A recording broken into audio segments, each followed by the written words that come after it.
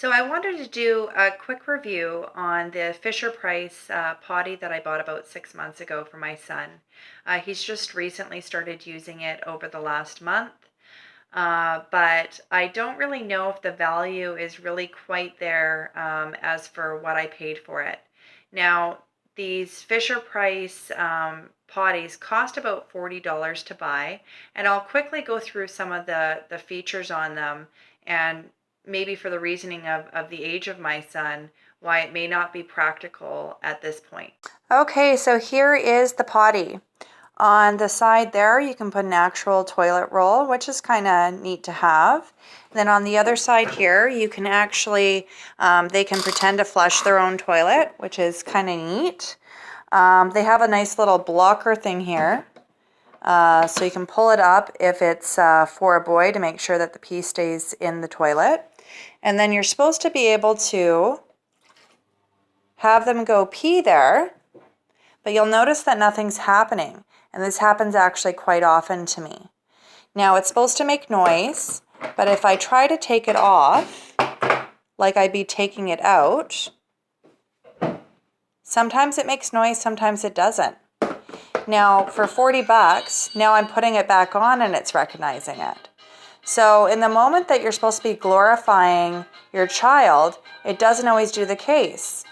Now given that inconsistency right there, just shown on the video here, it's really hard for me to justify spending $40 on something that's supposed to glorify the child and you're supposed to pump them up on it, but it doesn't always work. After doing a bit of research myself, I found that I wasn't the only person that was experiencing this problem. One other good feature it has, though, is you can take the top off. There again, we're getting some more music. You can pull it out and it's very easy to clean, but I wouldn't say any more than any regular one. So at the same time as purchasing the Fisher-Price potty, I went to IKEA just to pick up one of their cheap $6 potties, very basic model. Just has an insert piece that you clean out and they sit on the potty there. Now, the reason I got that type of potty was because I wanted to use it at grandparents' houses, close friend houses, so I could get that consistency. I know how important it's been for other milestones of my child's life, so I figured I may as well do it that way.